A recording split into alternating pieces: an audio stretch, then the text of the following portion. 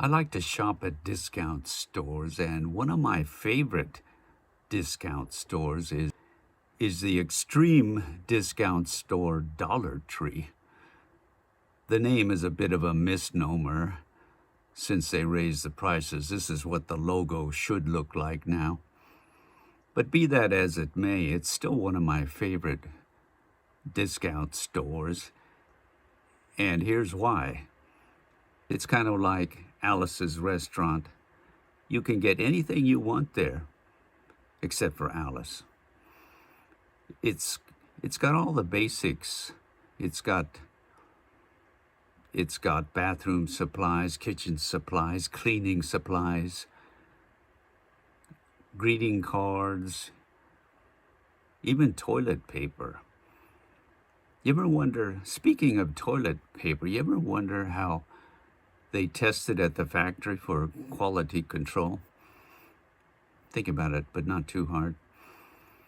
So, Dollar Tree it's very popular with the down and out, with the homeless population. So, if you're not too proud to rub shoulders with people less fortunate than you, then you could get some really good deals on the basics.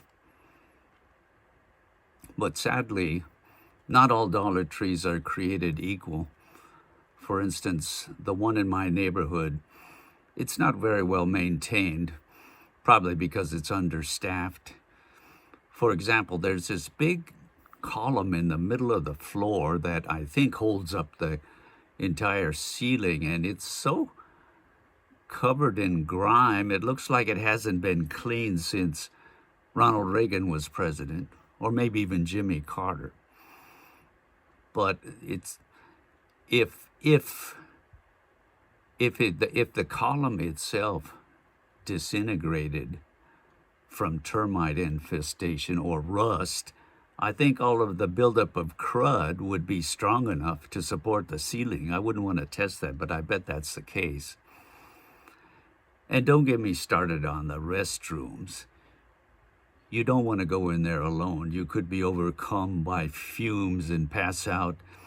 What a way to go that would be. But if you do decide to venture in there on your own, make sure you first tie a rope around your ankle and a couple of small bells too, and throw the other end of the rope outside the door so that just in case there's an emergency, you can be pulled to safety. And for heaven's sake, don't look up at the ceiling when you're in the Dollar Tree, lest you see all these water-stained tiles. I don't know why they don't change them. I guess they think about it like bathing. They figure if they change them in a week or two, they'll just have to change them again. The only time you'd want to look up at the ceiling when you're in the Dollar Tree is if the rapture happened. I'm pretty happy with the employees there. For the most part, they're friendly, but some of them, I must say, have these crude, amateurish, ugly tattoos all over their arms and chest and sometimes face, that they look like they were put on when the person was incarcerated. Maybe the Department of Corrections has some kind of a work program with Dollar Tree. I don't know. And there's always a line at the checkout station, probably because they're understaffed. They never have enough cashiers. Probably because it's not a very desirable job. But I don't mind waiting in line. There's always something to do when I'm waiting in line. For example, I can practice standing on one foot. As you get older, you tend to lose your balance. And I've only fallen into another shopper maybe 4 or 5 times. And usually they're very understanding and forgiving about it. Usually. Or I could just go over all the names of all the presidents, and More than once, I've been able to get all the way to number 46, Joe Biden, before I got to the front of the line. So I say thank you, Dollar Tree, for helping me to prepare for Jeopardy. Or I could just recite Bible verses. Humble thyself, and thou shalt be exalted. All things work together for those who love the Lord. Blessed are the patient, for they shall eventually get to the front of the line. Or I can always pray while I'm waiting in line. I pray for peace in Ukraine.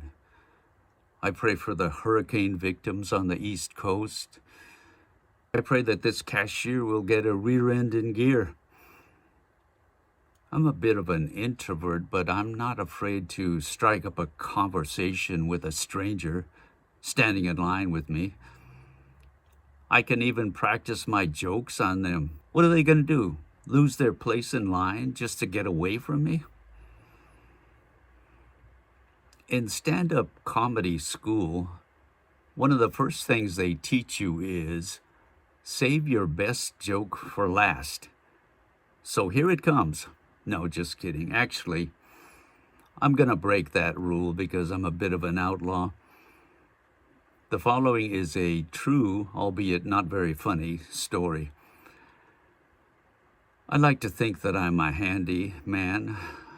I can fix stuff pretty well. My wife says I can break stuff pretty well, but there's this one countertop in the Dollar Tree at the checkout station, and it was so wobbly that you couldn't, if you set something on it like your wallet or a piece of merchandise, it would just slip right off. So I approached the manager of the store and I said, "Say, I can fix this for a small fee." And he said, "Thanks, I appreciate the offer, but that's against store policy." So I said, "Well, what about if you just gave me a couple of items of merchandise for my effort?" He said, "No, I appreciate the offer, but I couldn't do that either. Sorry." But then he said, "What kind of sodas do you like?" And I said, "Diet Coke, of course." So he said that, so he reached into the fridge and he pulled out a couple of 16 ounces and he paid for them out of his own pocket. I thought that was a nice gesture. His name was Anthony. And I hope you can't hear those dogs howling outside. So if I were to insert a laugh track in this video, where should I place a chuckle or a chortle or maybe even a guffaw or maybe a groan? Let me know. Or if you got so fed up with me, you decided to leave and you got here just because you skipped to the end, at what point in the video did you decide to leave? Let me know. Thanks for watching. I don't have to remind you to like and subscribe and tell all your friends and enemies, so I won't. And I hope to see you in the next video. I guarantee you that it may be funnier than this one. See you then, I hope.